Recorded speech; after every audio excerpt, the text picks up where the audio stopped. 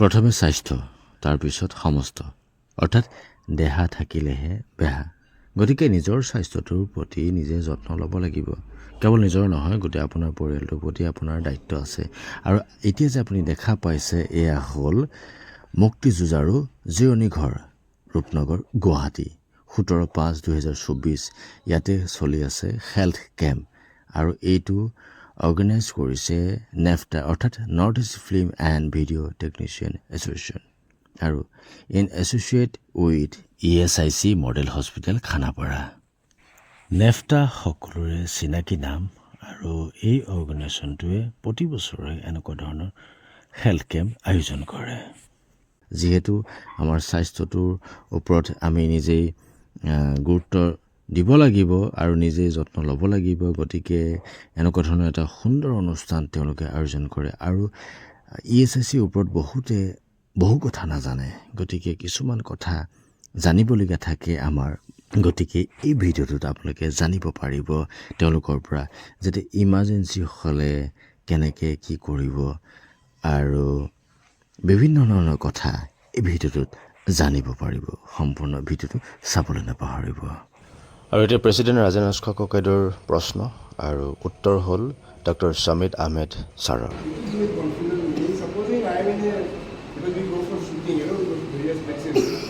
We go to a place where there is no hospital, nothing. Immediately you have to get to some hospital. So suppose you get that patient treated, we get connected to ECS again, so that you can get referred to them better hospitals or better place. So is it possible? What happens in emergency cases where somewhere outside? So your basic question is that if emergency or life-critical condition, if patient is attending to some private hospital, then what will be the procedure? Yes.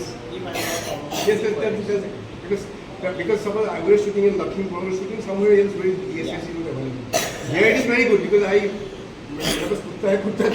visit there and there and then good question. তেখেতে এজন প্ৰশ্ন কৰিছে, সবে বুজি পাইছে।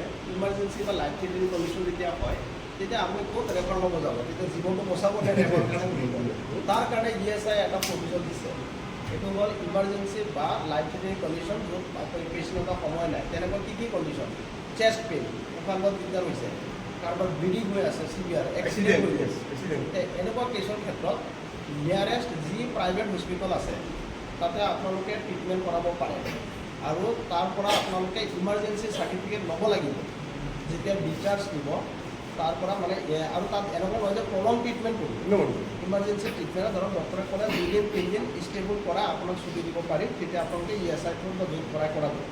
এই তেনেকুৱা life থ্ৰেটেনিং condition emergency treatment 2 দিন 3 দিন বা 4 দিন ICU প্ৰাকৃতিক কিবা কৰিলে ট্ৰিটমেণ্ট কৰাই, তাৰ পৰা emergency certificate, discharge paper, payment receipt চব ল'লে। এইখিনি লৈ আপোনাৰ যোনটো ডিছপেঞ্চেৰী কৰে তাত বিল ৰিম্বাৰ্চমেণ্ট মানে জমা কৰি দিলে ESIটো ৰিম্বাৰ্চ কৰি দিয়ে। There is no' question. এইটো হ'ল যিকোনো hospital. But that patient we can bring into ESIC. তাৰপিছত এতিয়া পেচেণ্ট ষ্টেবল হৈ গ'ল ধৰক, after stabilisation, after getting some emergency treatment of some hospital, then you need to transfer this patient to some tie-up hospital or ESIC. If you are going to some tie-up hospital, that is our private employee hospitals, lots of private employee hospital in Hayat, Health City, Metro, Marwari, lots of more than 15-20 hospitals are employed with ESIC right now. So after getting some emergency treatment, you can directly transfer patient to the tie-up hospital also. Normally we are suggesting to ESIC, but you can, if patient condition is not so good, then directly tie-up hospital.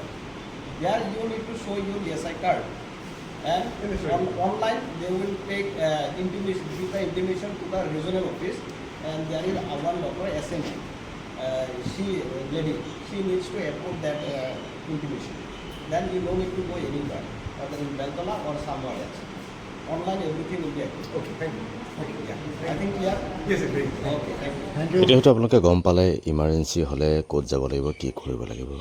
আৰু আজি এই অনুষ্ঠানটোত নেফটাৰ secretary Shivananda Barua ককাইদেউৰ লগতে president Rajen Rajkhowa ককাইদেউৰ লগতে শিল্পী কলা কৌশলীসকল আহিছে। অৱশ্যে কিছুমান আহিব পৰা নাই। আৰু খানাপাৰা ESIC মডেল হস্পিটেলৰ ডক্টৰ সমীত আহমেদ ছাৰৰ লগতে তেওঁৰ টীমে সুন্দৰ এই হেল্থ কেম্পটো চলাই নিছে আৰু ESICত কেৱল মেডিকেল বেনিফিটেই নহয়, ইয়াত কেছ বেনিফিটো আছে। কেনেকৈ আপুনি পাব এবাৰ ভালকৈ জানি লওকচোন।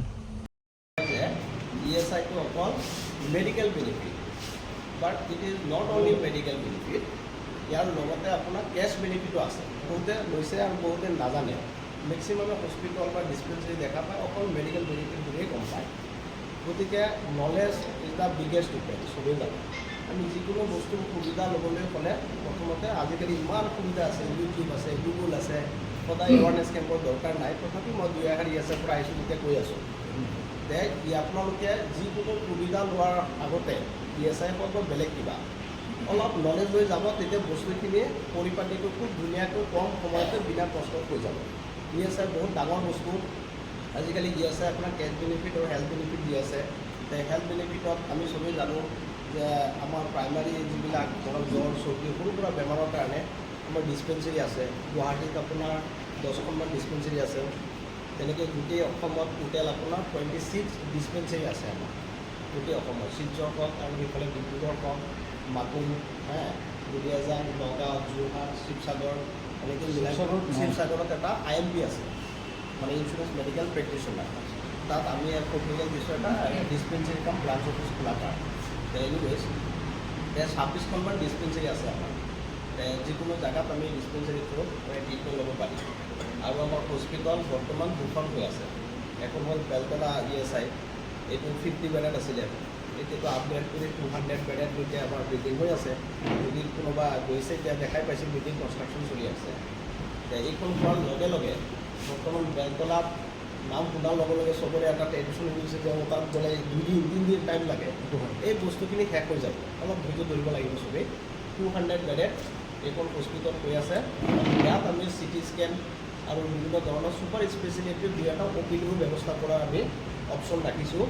প্লাছ ICU থাকিব, HDO থাকিব আৰু মডুলাৰ OT থাকিব। খুব ধুনীয়া বিল্ডিং হ'ব। মানে ESI যিবিলাক বিল্ডিং বনায় অলপ হেৰিটেজ টাইপ বনায়। মানে এইখন এতিয়া G+5 ষ্টৰী বিল্ডিং হৈ আছে। আৰু ইয়াত ESI যোনটো সুবিধা পাব আপোনালোকে প্ৰাইভেট হস্পিটেলতো এইখিনি নাপায়। আৰু 1 বছৰ লাগিব বিল্ডিংটো হেণ্ডিং অভাৰ হ'ব। মানে 1.5 বছৰৰ ভিতৰত ইট উইল বি অপাৰেশ্যনেলাইজ। ESICত এটা সমস্যা আছিলে, ESICলৈ গ'লে সদায় লাইন পাতি থাকিব লাগে আৰু সেই সমস্যা খুব সোনকালে নাইকিয়া হ'ব বুলি কৈছে। অৰ্থাৎ 200 বেডৰ এখন মডেল হস্পিটেল, বহুত ডাঙৰ এখন হস্পিটেল আৰম্ভ হ'ব। মানে অৰ্থাৎ চলি আছে কাম, খুব সোনকালে আমাৰ এই সমস্যাবিলাক নাইকিয়া হ'ব বুলি কৈছে। আৰু এই বিনামূলীয়া স্বাস্থ্য পৰীক্ষাৰ লগতে ঔষধ বিতৰণ শিবিৰটো খুব সুন্দৰকৈ অনুষ্ঠিত হৈ যায়। আৰু নেফটা এনেধৰণৰ সুন্দৰ সুন্দৰ কাম কৰি থাকক, আমি তাকে কামনা কৰিলোঁ। আৰু ভিডিঅ'টো যিমান পাৰে শ্বেয়াৰ কৰি দিব, যাতে সকলোৱে গম পায় ESICৰ বিষয়ত কিছুমান নজনা কথা ইয়াৰ মাজত আছে। ধন্যবাদ।